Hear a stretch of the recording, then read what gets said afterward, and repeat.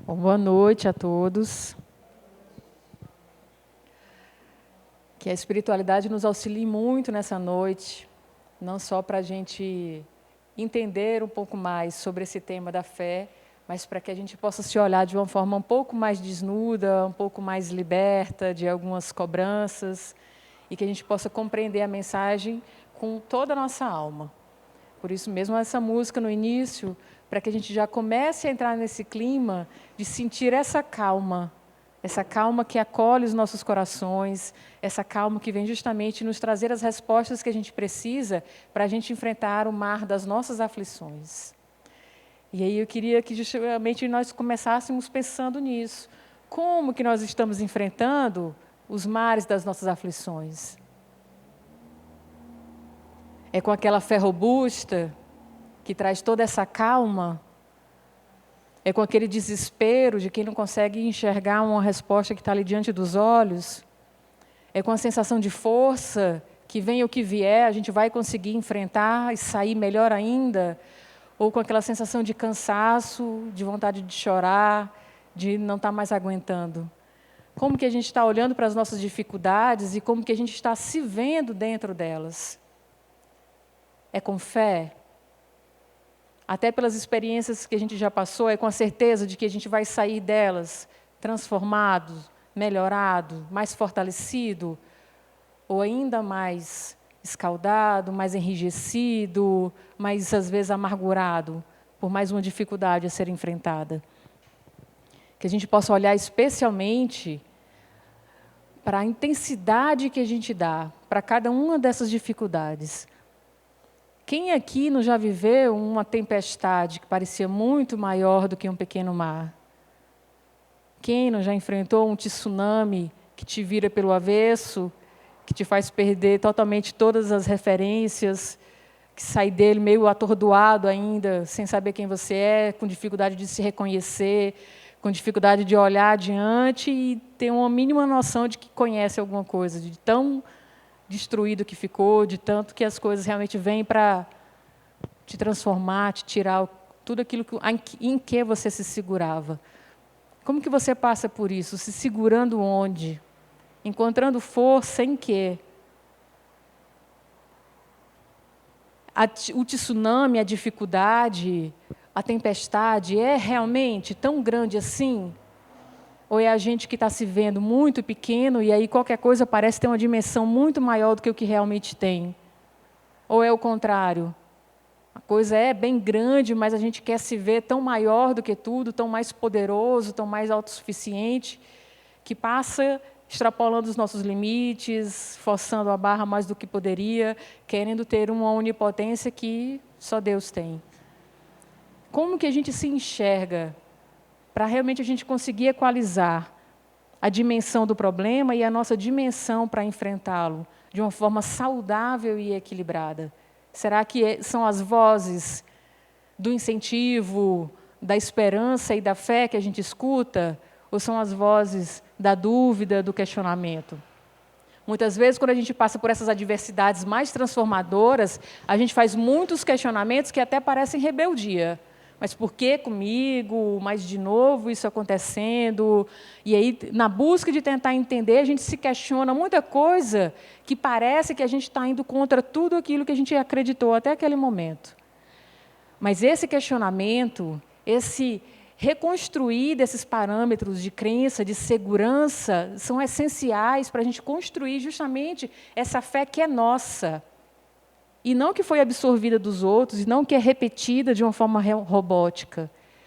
Olhar para a tua dificuldade e pôr em xeque tudo aquilo que você acredita, tudo aquilo que você usa como suporte, é a forma de você construir suportes ainda mais robustos, ainda mais eficazes, porque vão ser cada vez mais os adequados para você. Vão ser cada vez mais aqueles que respeitam quem você é. Porque é uma construção sua, do seu esforço, da sua particularidade. Se esse questionamento é o questionamento da rebeldia, do estou contrariado porque as coisas não estão acontecendo como eu gostaria, aí não. Mas se é aquele questionamento do eu quero realmente checar o quanto que isso é válido, o quanto que isso realmente me consola, o quanto que isso realmente é um conforto ou um apoio para mim ou não. Basta a gente olhar, por exemplo, para o quanto que uma música como essa nos faz bem. Tem dia que você está ali tão choroso, às vezes tão desanimado, escuta uma música, você embarca nela de uma forma que parece que você está sentindo ali Deus dentro de você, te acalmando realmente, te trazendo aquela emoção gostosa de sentir que realmente, no meio do turbilhão, no meio do desespero, você sente aquela calma, aquela paz. Como é gostoso sentir isso. Mas por que tem dia que essa mesma música parece que te irrita mais ainda? Parece que te deixa ainda mais... Não, não é isso que eu quero ouvir, sai para lá que eu não quero esse papo agora. Então, tem a ver exatamente com isso que a gente vai conversar hoje. Se isso que a gente, para onde a gente está olhando, o que é que a gente está buscando, aonde a gente está se segurando, são valores, são conteúdos realmente que nos levam para essas sensações de força que a fé pode nos dar, ou se a gente está se direcionando ainda para mecanismos ainda muito infantis, muito imaturos do controle. E aí, para a gente começar a avaliar as vozezinhas que estão na nossa mente, tem essa aqui que é muito comum para muitos de nós. Ela fala, estou sempre no modo de sobrevivência, lutando ou fugindo, vivendo em insegurança, guardado constantemente, me sentindo ameaçado.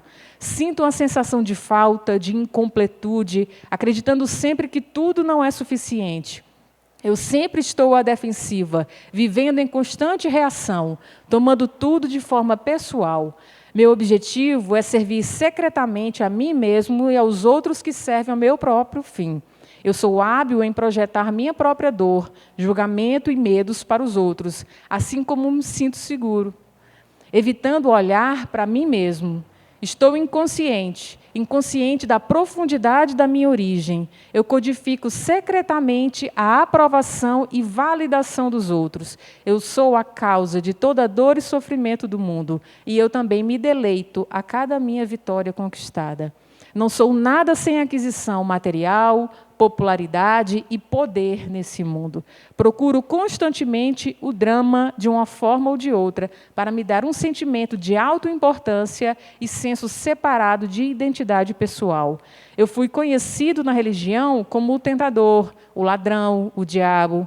Eu sou o seu crítico interior e seu melhor amigo, porque sou o amigo mais antigo. E eu acredito que eu mesmo seja você. Você nem acredita que eu exista, pois eu estou na cabeça de todos. Muito prazer, eu sou o seu ego.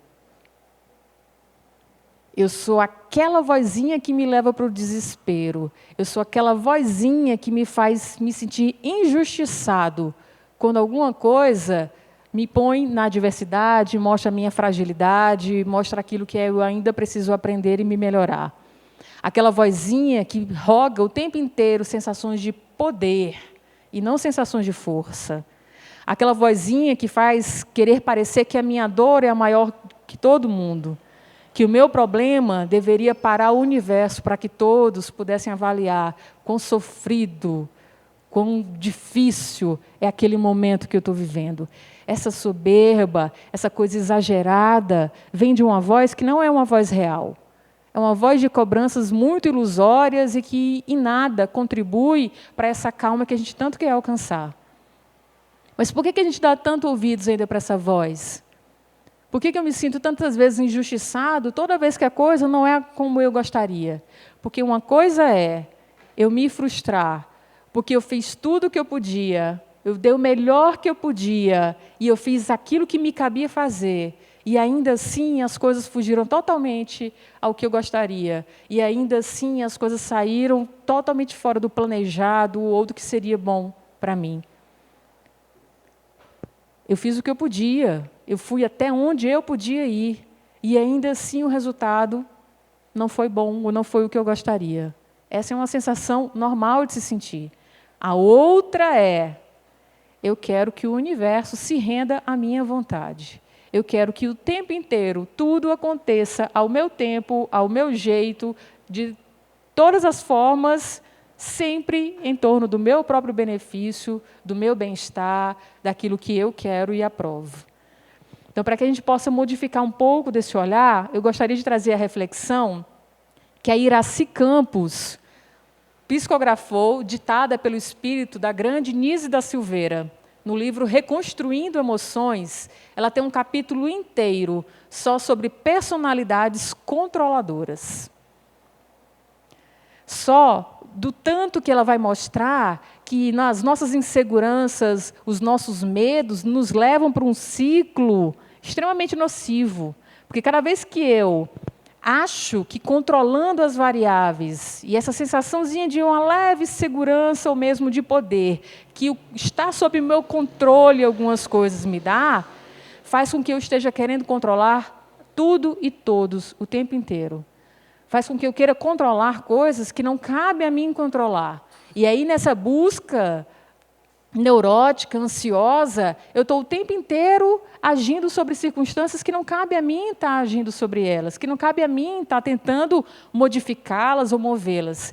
E aí, quando eu entro nesse movimento, mais insegura eu fico, mais vulnerável eu fico, mais coisas eu quero controlar, mais eu sufoco os outros, e aí eu entro nessa roda que não traz em nada, nem a segurança que eu tanto quero, nem o reequilíbrio da forma como eu me vejo no meio dessa ciranda, muito menos o equilíbrio das minhas relações. E aí ela fala de 2 tipos básicos de personalidade controladora.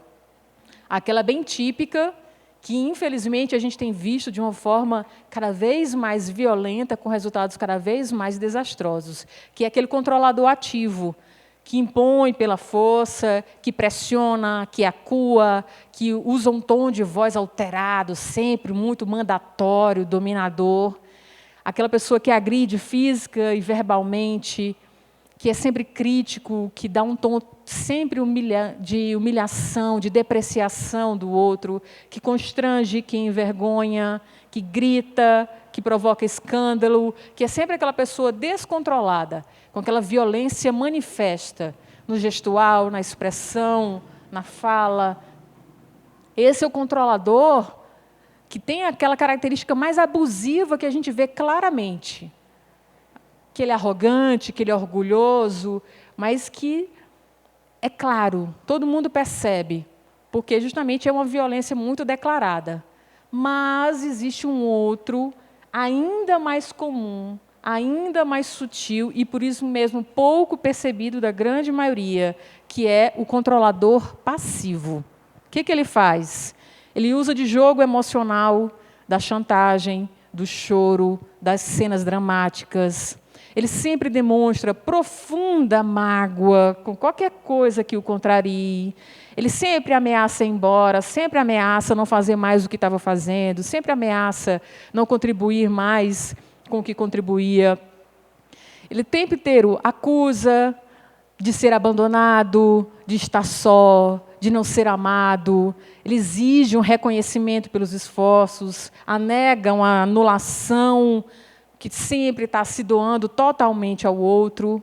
É aquele tipo rígido, que requer de rotina para tudo, e aquela rotina maníaca ali, tudo no trilhozinho, tem que ser sempre rigorosamente daquele jeito, porque é aquilo que é conhecido dele, é aquilo que ele sente que domina, e por isso ele quer cada vez mais estar incluindo tudo nessa rigidez rotineira, mecanizada, controlada por ele. O tempo inteiro, o tom de voz, os comportamentos têm a intenção deliberada de te provocar culpa, inadequação e medo. Porque a ideia é que você não perceba que você está cedendo às vontades dele. Às vezes, você tem até que pensar que você está fazendo para você, mas, na verdade, é sempre em benefício próprio, é sempre em direção àquilo que convém a ele. E ele ainda faz com que você se sinta mal cada vez que você pense, sinta ou haja de forma que não seja que ele quer, que ele aprova, que ele gostaria de ver. O foco dele é sempre no ceder e no fazer o que o outro perceba aquilo que ele quer que seja feito. Né? Sempre a mudança, a culpa é do outro. Nunca, na fala dele, vai ter qualquer possibilidade de mudança. Aliás, na fala, às vezes até tem. Até tem umas promessinhas, não, agora eu vou mudar, não vou fazer mais isso. Nossa, eu estava te manipulando, mas agora não vou mais te manipular. A fala cabe tudo, mas a atitude de um manipulador, de uma pessoa que controla, é a atitude de alguém que não leva o outro em consideração, que pensa única e exclusivamente em si mesmo, e que, por isso mesmo, utiliza desse artifício para impor ao outro uma submissão, para estar sempre dominando o outro. É feio, né, de ouvir isso? Quase aquele tipo psicopata que a gente vê descrito na literatura, em alguns filmes. Mas se a gente for olhar com um pouquinho mais de atenção, alguém não identifica 99% dos pais e das mães em alguns desses comportamentos aqui? Ai, meu filho, essa noite eu tive um sonho terrível. Sai de casa, não. Fica aqui comigo. Ai, eu estou com uma sensação ruim, alguma coisa está me dizendo que você deveria ir comigo naquele lugar que eu estou querendo ir. Outro dia um amigo descreveu que a mãe dele, até desmaiar, ela fingia. Aí ele já conhecia, já colocava ela ali no sofá e dizia, tchau, mãe, vou indo, volto bem, fica aí. E ela lá naquele discurso, ai, que ele não se importa comigo. Então, esse controle, ele vai desde um nível mais culposo, assim, quase inofensivo, daquele charminho, daquele beicinho, assim, eu sei que você está querendo o contrário, mas eu estou querendo isso. Aí eu faço aquela manhãzinha só para aumentar um pouquinho a probabilidade de você fazer o que eu quero. Mas eu sei que o seu querer é diferente do meu, eu só estou querendo dar uma forçadinha de leve, não tão mal intencionada, de que a sua vontade coincida com a minha.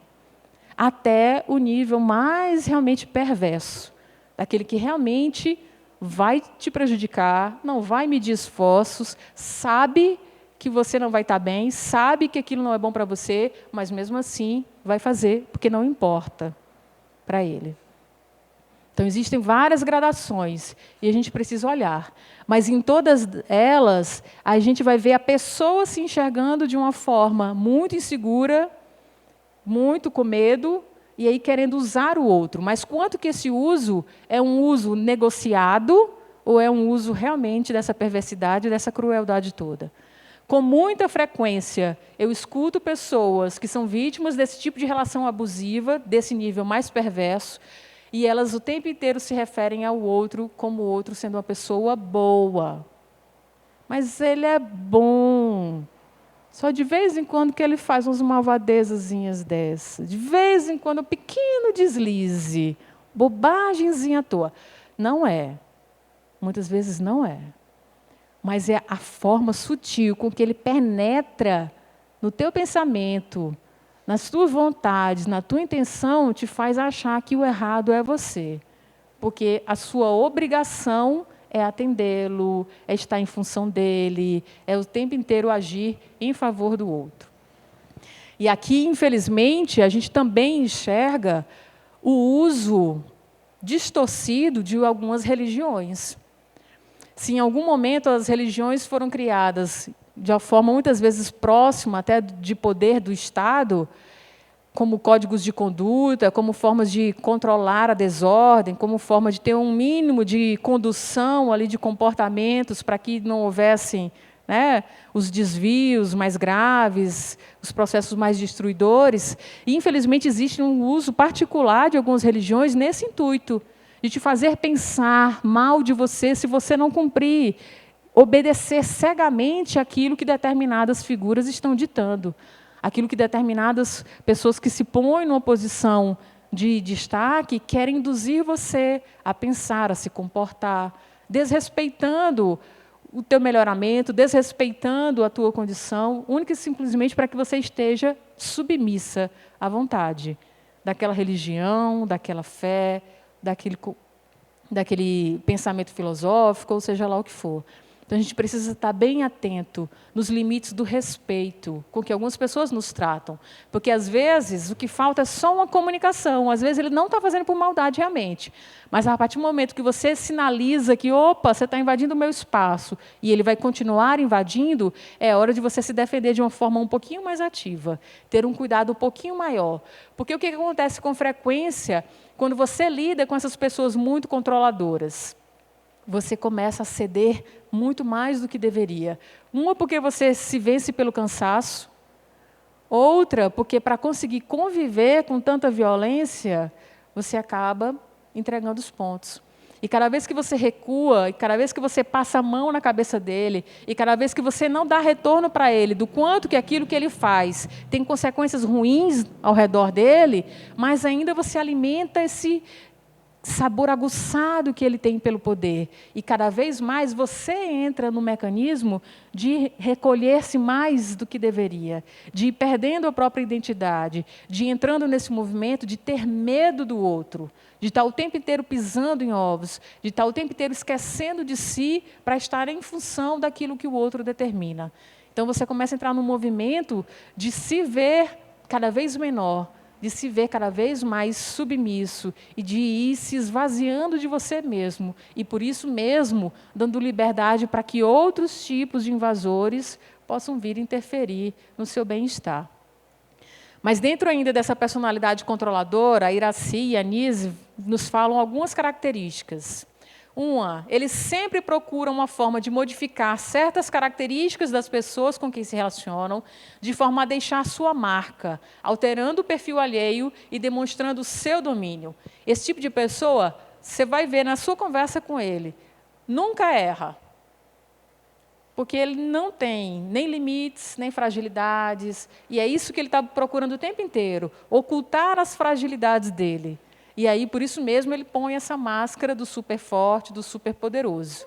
Então, cada vez que você lida com uma pessoa que tem dificuldade de admitir ter fragilidades, tem dificuldades de admitir que erra, há uma grande probabilidade dessa pessoa ser controladora. Ela busca a autoafirmação pela desvalorização do outro. Ela carrega seus segredos e conflitos, porque vive praticamente solitário em seu mundo íntimo, pois se sente bloqueado para desabafar inquietudes e medos, e demonstra ser inabalável, mas é inseguro e não confia em ninguém. Ele está o tempo inteiro querendo saber tudo, da maior intimidade que você possa revelar, porque isso é material para ele. A tua fraqueza, a tua dificuldade, é onde ele vai se agarrar para manter você ainda sobre o domínio dele. Por isso mesmo, ele não se sente confortável de se mostrar por estar na defensiva de que você faça com ele o mesmo que ele faz com você. Ele é extremamente egoísta, mas nem sempre consciente do seu egoísmo. E, nessa situação, pode ser que ele esteja agindo só por defesa ou por fuga. Às vezes, essa postura controladora de querer estar se preocupando com tudo, cuidando de tudo, querendo que tudo esteja ali ao alcance da sua mão, é até com a intenção de cuidar do outro, de se preocupar verdadeiramente com o outro, de não querer que o outro se machuque. Mas mesmo nessa postura bem intencionada, você está se vendo como o super capaz e você está subestimando o outro. Você está tratando o outro como se ele não tivesse condições, como se ele não desse conta de encarar a própria vida, de passar pelas suas dificuldades. E tem que ter você ali como o super protetor para dar conta de tudo. Então, é uma forma de você estar diminuindo o outro, de estar não subjugando, mas subestimando de tal forma que você o diminui dentro dessa relação. Vive exaustivamente representando essa imagem idealizada, e às vezes até convence que é. E ele acredita realmente estar acima de tudo à sua volta e que, conduzindo a vida de todos, conforme sua vontade, poderá ter o controle sobre todos os acontecimentos e impedi-los ou acioná-los quando assim o desejar. E como isso não é possível, ele está o tempo inteiro levando rasteira e cada vez mais aumentando a sua rigidez, sofrendo com isso, sugando quem tiver por volta e cada vez usando outros tipos de estratégia para continuar com essas sensações de estou no poder, de estou dominando tudo. E aí, se a gente estava refletindo sobre a nossa forma de enfrentar os nossos males, né, os mares das nossas aflições, é a hora de a gente enxergar o quanto nós queremos fazer isso, o quanto nós queremos ter essa sensação de onipotência e querer controlar a tudo, justamente para que a nossa vulnerabilidade não apareça.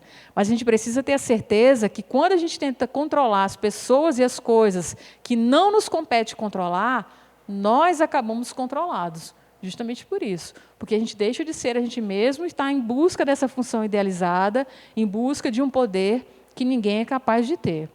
Então, a gente precisa, nessa pequena lição de amar a Deus sobre todas as coisas e ao próximo como a nós mesmos, dentro da nossa vivência diária, entender que eu não tenho poder nenhum sobre a escolha dos outros, mas tenho poder total sobre as minhas escolhas. Como seria bom se sempre combinasse, se sempre a minha vontade fosse próxima da sua. Como seria bom se dentro da negociação de interesses não houvesse divergências tão gritantes às vezes. Mas é justamente no lidar da diferença, é justamente no conseguir conciliar gostos, vontades, interesses diferentes, que a gente vai ver o nosso amadurecimento, no compreender do até onde a gente pode ir, na aceitação dos nossos limites, e, por isso mesmo, no uso equilibrado dos nossos recursos, para aí sim, não só ter fé, mas ter equilíbrio de enfrentar as nossas dificuldades e levar o outro junto, como um apoio, e não como uma muleta, muito menos como um objeto de uso em nosso favor.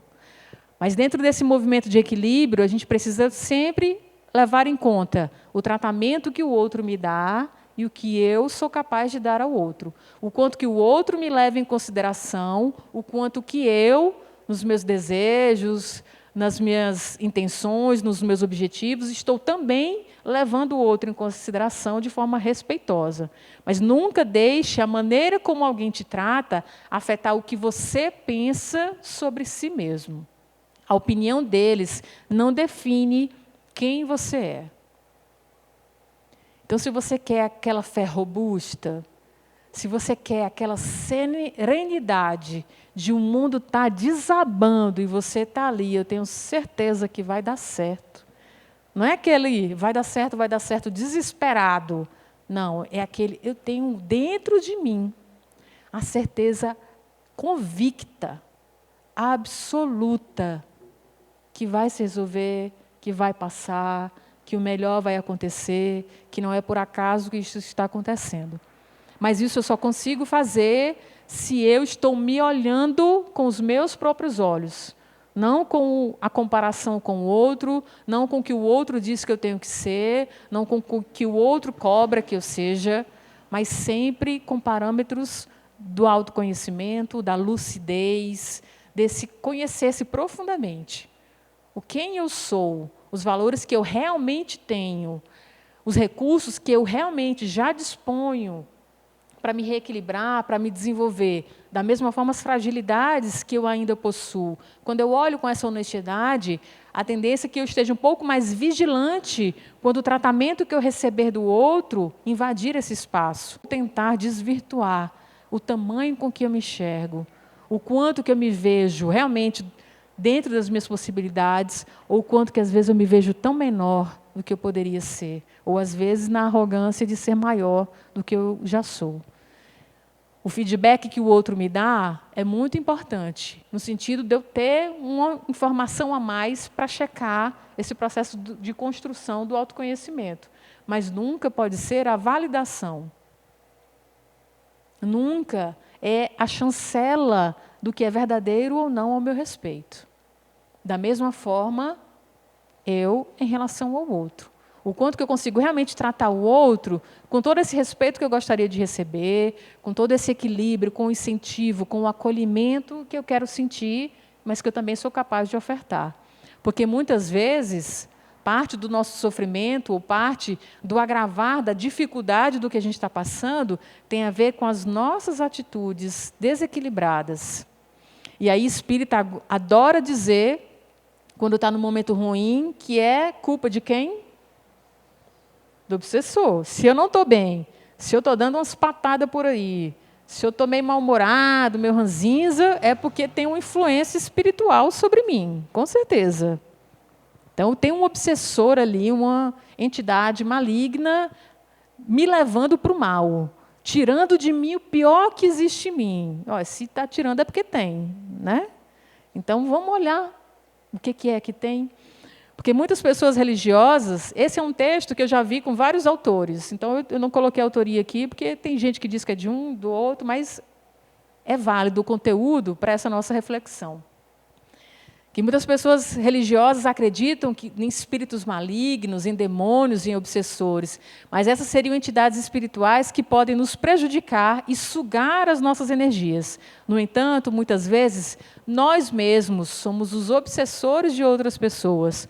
Somos os obsessores quando desejamos fazer prevalecer as nossas ideias e impor nossas verdades ao outro. Somos os obsessores quando criticamos, julgamos e condenamos o outro sem pleno conhecimento de causa. Quem faz isso nos dias de hoje? Ninguém, né? Julgar, criticar por uma fotografia toda uma história de vida, tirar conclusões com base num pedaço de um cenário que enxerga. Nunca vi ninguém fazer nada disso. Mas é com base nessa fotografia, é com base nesse julgamento, é com base no valor que a gente atribui para aquilo que a gente está vendo, que a gente se relaciona com o outro. E muitas vezes desrespeita e muitas vezes obriga o outro a estar numa condição que não é adequada para ele. Então, como que eu posso estar evoluindo, ajustando o que eu ainda tenho de pendências do passado, para ter um futuro mais sereno, mais feliz, como eu desejo, se eu ainda continuo repetindo os mesmos movimentos egoístas, inconscientes, imaturos, que eu carregava há um tempo atrás. Né? Só esses dois aqui já dá para a gente ter uma pequena amostra, mas olha o que tem mais pela frente. Somos os obsessores quando temos ciúmes e queremos obter a posse do outro. Somos os obsessores quando batemos o pé e forçamos o outro a seguir a nossa vontade. Somos os obsessores quando exigimos que o outro faça por nós algo que nos cabe fazer. Somos os obsessores quando invejamos o sucesso do outro. Somos os obsessores quando desejamos vencer uma discussão, instituir nossa verdade e firmar o nosso ponto de vista. Somos os obsessores quando burlamos o livre-arbítrio alheio e o fazemos trilhar o caminho que nós julgamos correto. Somos os obsessores quando tentamos ajudar sem nos preocupar no que é melhor para o outro, mas sim seguindo apenas o que nós acreditamos ser o melhor. Somos os obsessores quando desejamos comprar o afeto das pessoas com presentes, regalias, benesses e mimos, esperando sempre algo em troca. Somos os obsessores quando não permitimos que o outro cresça, se desenvolva, para não se tornar melhor do que nós. Somos os obsessores quando fazemos tudo pelo outro e não permitimos que ele faça, erre e aprenda sozinho. Somos os obsessores quando vomitamos um longo falatório desordenado e fútil, acreditando que o outro tem a obrigação de nos ouvir. Só aí, se a gente já for olhar para si, já vê aquela carinha que a gente imagina do obsessor, né? Olhos terríveis, garras, uma cara de quem vem para sugar a sua alma. E a gente não faz isso quando tem metade, por exemplo, dessas atitudes listadas aqui? Quantas vezes o nosso desejo de ajudar o outro é tão grande que a gente nem pergunta se aquilo é o que ele está querendo. Quantas vezes no desejo de ensinar o outro a crescer, a gente faz por ele, a gente se antecipa, a gente corre na frente de uma postura super protetora e não deixa o outro fazer do jeito que ele consegue fazer. Quantas vezes a gente coloca na conta do outro o cuidado com a nossa felicidade? Quantas vezes a gente exige que o outro seja esse salvador? Quantas vezes a gente cobra pelo agrado feito, pelo carinho colocado? Quantas vezes a gente tem uma espera ainda muito desrespeitosa até, de que o outro venha agir como a gente quer, ou pior, mudar para aquilo que nos cabe fazer, ou ser alguém que a gente quer que ele seja. Eu amo fulano. A gente está casado já há uns 5 anos. Já tive vontade de cair fora umas 10. Mas sei que a gente vai viver junto mais uns 20. Ele só precisa mudar. Só precisa ser outra pessoa que não a que ela é. O nome disso é amor? Olha a obsessão aí. Mas não terminou, tem mais. Somos os obsessores quando não damos espaço para o outro, o prendemos, o sufocamos, podamos seus movimentos, cobramos, oprimimos, sem permitir a sua independência. Somos os obsessores quando acreditamos que o outro deve corresponder aos nossos padrões, nossos modelos, nossa religião e nosso ideal de ser. Somos os obsessores quando dissemos uma coisa ao outro e fazemos outra, enganando, omitindo, dissimulando. Somos os obsessores quando vivemos reclamando e acreditamos que o outro tem obrigação de aguentar as nossas lamúrias. Somos os obsessores quando elogiamos para manipular, louvamos para enganar, enchemos o ego do outro para confundi-lo a fazer o que queremos. Somos os obsessores quando fazemos do outro a nossa vida e depois ficamos magoados quando ele se afasta, deixando um buraco no nosso peito, um vazio existencial e uma profunda infelicidade. Procure a vida em ti mesmo, não seja mais um obsessor do outro, não fique sugando as pessoas, não acredite que o obsessor é sempre o outro. Olhe para si, há sempre algo de obsessor em nós mesmos. Outro dia uma pessoa me explicando por que um relacionamento dela não tinha dado certo.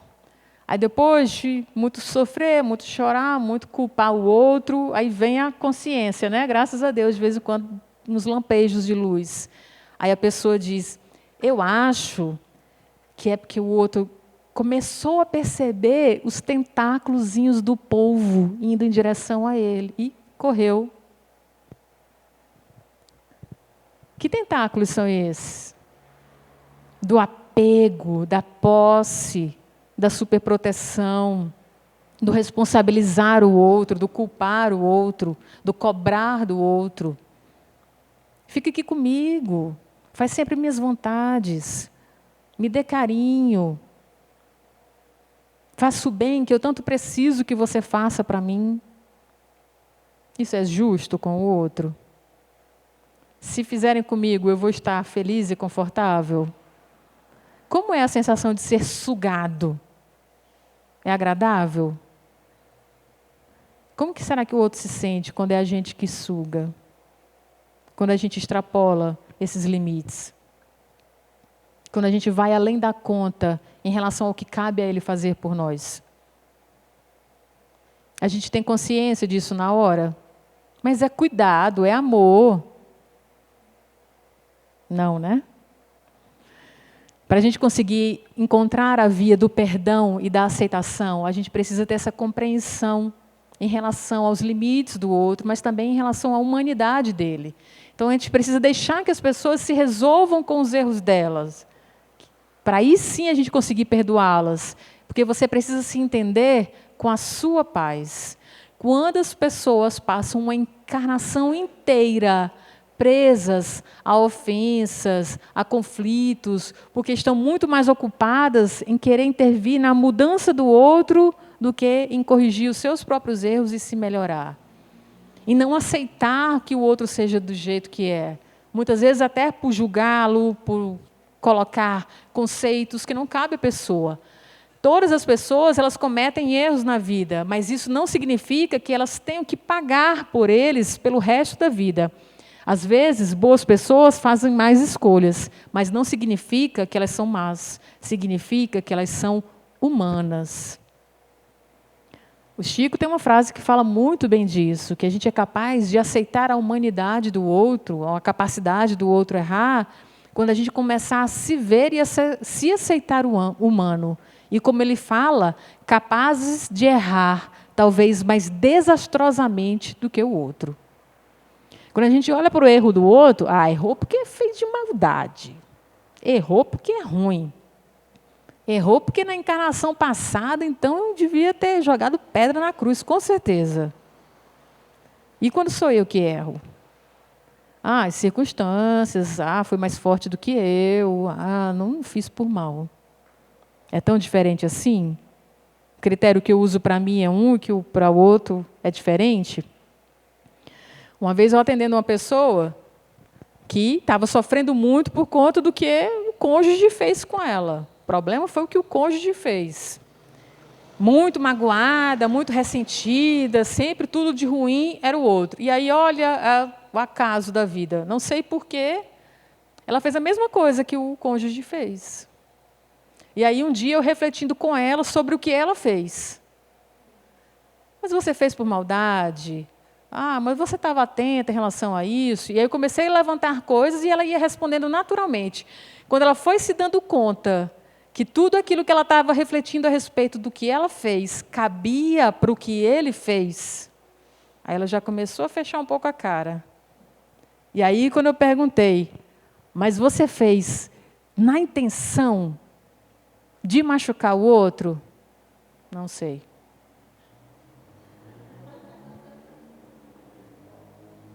Nunca. Admitir que o outro a machucou, sem ser esse ser perverso que ela acabou sendo tão parecida, ou tão capaz de errar igual. Então, cada vez que a gente julga o erro do outro com aquele olhar eu nunca faria isso. Tem certeza? Absoluta. Quando a gente olha aquela pessoa que está vivendo aquela tempestade de tsunami, e está vendo ela cabisbaixa, e a gente chega cheia daqueles discursos do tenha fé, aguenta firme, vai passar. É um incentivo real de quem está sensibilizado com o que o outro está passando? Ou é a posição cômoda de quem nunca viveu nada nem parecido e que por isso mesmo tem uma fé tão sólida? Eu nunca tive o meu chão tirado. Eu nunca tive que passar por um tsunami. Então, é muito cômodo eu olhar para o outro lá se revirando, sem saber como se reconstruir depois disso, e dizer, aguenta, é fácil. Não, pode ir, é isso mesmo. A nossa humanidade precisa ser melhorada em termos dessa sensibilidade. É real essa força que você está demonstrando? Ela é realmente condizente com o que você já aprendeu, com tudo que você já viveu? É realista em relação ao que você realmente dá conta? Ok, mas não fique fazendo comparações do seu com do outro. Não fique cobrando do outro uma medida que é a sua. Nem fique se medindo pela régua do outro. Olhar a humanidade do outro é olhar o ato, a capacidade e o contexto de cada um. Certo? E aí, quando a gente vai amadurecendo para ter essa objetividade toda, a gente chega ao nível que Mário Quintana nos coloca nesse texto. Que, de repente, tudo vai ficando simples, que assusta. A gente vai perdendo as necessidades, vai reduzindo a bagagem, a opinião do outro são realmente... As opiniões do outro são realmente do outro, e mesmo que sejam sobre nós, não tem importância. Vamos abrindo mão das certezas, pois já não temos certeza de nada, e isso não faz a menor falta. Paramos de julgar, pois já não existe certo ou errado, e sim a vida que cada um escolheu experimentar. Por fim, entendemos que tudo o que importa é ter paz e sossego, é viver sem medo, é fazer o que alegra o coração naquele momento, e só. É ser você, com respeito a você, com respeito ao outro, com honestidade, da melhor forma possível. E aí se desapegando dessas bagagens excessivas com o tempo. Mas eu sempre preciso levar em conta o eu me enxergo e eu levo o outro em consideração. A gente precisa refletir muito sobre uma coisa chamada responsabilidade afetiva, já que a gente falou tanto de abuso, manipulação e controle. Que responsabilidade afetiva não é sobre reciprocidade, é sobre honestidade, respeito, sobre não machucar o coração do outro, é sobre ser real, sobre saber que o que não significa nada para você pode significar muito para o outro. Muito cuidado para você não estar usando o outro em nome desse amor que a gente acha que já sente. E Carl Rogers, dentro do seu trabalho sempre muito empático e humanizado, ele fala que eu me sinto muito feliz simplesmente por ser eu mesmo e deixar os outros serem eles mesmos.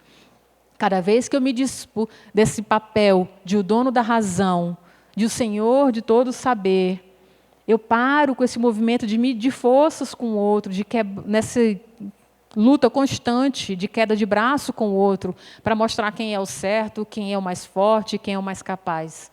Cada vez que eu me aceito dentro da minha humanidade, eu consigo estender esse movimento de aceitação para o outro. E se eu me aceito, eu me amo de uma forma verdadeira. E aí sim, eu sou capaz de amar ao outro da forma mais verdadeira, equilibrada e amadurecida possível. E aí, voltando para a nossa reflexão sobre fé, para eu conseguir organizar tudo isso, eu preciso olhar lá para aquela origem que a gente falou do controle. Onde começa o controle?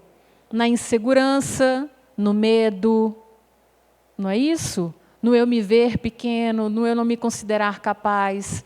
Então, quando eu dou ouvido a essas vozes da insegurança e do medo, há uma possibilidade de eu querer ir pela via do querer controlar tudo. Mas o movimento da fé real, que vem junto com essa reflexão de aceitação e de amor incondicional, é aquela fé que vai, no máximo que pode, até onde lhe cabe. E que existe um movimento livre de entrega ao que está acima de nós, para que Ele faça da melhor forma possível, e com certeza será a mais justa e misericordiosa, aquilo que cabe a Ele fazer. O Rossandro tem uma palestra que ele usa muito, ele compara essa nossa entrega da nossa vida, das nossas dificuldades para Deus, com aquela cena do filme Ghost, que a Whoopi Goldberg vai entregar o cheque, né, para a caridade. Entrega, mas devolve. Toma, mas me dá mais um pouquinho disso. Senhor, seja feita a vossa vontade, mas que ela coincida com a minha.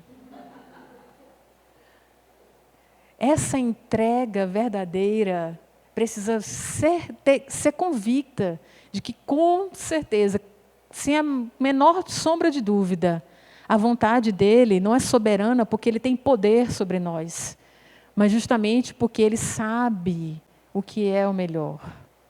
E aí, para a gente ir encerrando as nossas reflexões, eu queria que a gente fosse lá para dentro do barquinho onde estava o Cristo e Pedro. A gente não começou ouvindo a música que falava do barquinho, que nem sempre consegue enfrentar os males da aflição? Então vamos encarar os nossos mares, as nossas tempestades, e se Deus quiser que não venham os tsunamis, mas vamos entrar nesse barquinho, porque dentro desse barquinho, o Cristo saiu sobre as águas e chamou Pedro. Pedro, vem comigo. Pedro foi até sair do barco. A partir do momento que ele olhou para a situação e se viu com medo, o que aconteceu com ele? Afundou. Se eu quero encarar o meu mar e saber que ele tem algumas aflições, mas que ele pode me trazer muita serenidade também, eu preciso não só enxergar o mar onde eu estou pisando, as águas onde eu vou pisar, mas especialmente eu confiar em mim e confiar ainda mais verdadeiramente em Deus.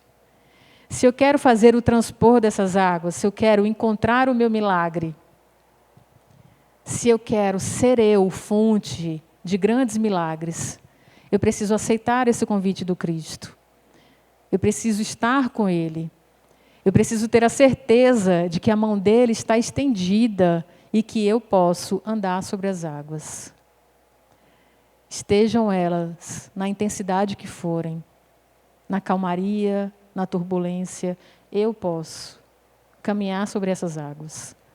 Porque eu tenho essa mão ao meu lado. Porque eu tenho, especialmente nos momentos que eu fraquejo, a força divina dele, me amparando, me cuidando, me suportando, me apoiando. Que eu tenha certeza absoluta que muito maior do que o que eu estou conseguindo enxergar da dificuldade ou da dor, são as possibilidades de crescimento, de melhoramento, que vem quando eu estendo essa minha mão a Ele. Porque quando a gente está no momento de dificuldade, a gente pode ter o apoio que tiver ou não ter apoio nenhum. Mas essa é a hora de você estar com você, mas especialmente é a hora que é você e Deus, ninguém mais. Que a sua conversa seja essa conversa da humildade, de quem se entrega verdadeiramente a esse colo. Se entrega na hora de se recompor, se acolhe na hora de receber esse carinho, mas sabe que pode caminhar sobre essas águas e viver como um milagre todos os dias da sua vida. Que a gente se lembre dessa imagem, que a gente estenda essa mão a Ele e que a gente não duvide nunca, nem dele, como também nem de nós. Que Ele possa nos trazer essa paz, que Ele possa acalmar o nosso coração e que a nossa força seja cada dia maior, justamente por estarmos junto dele.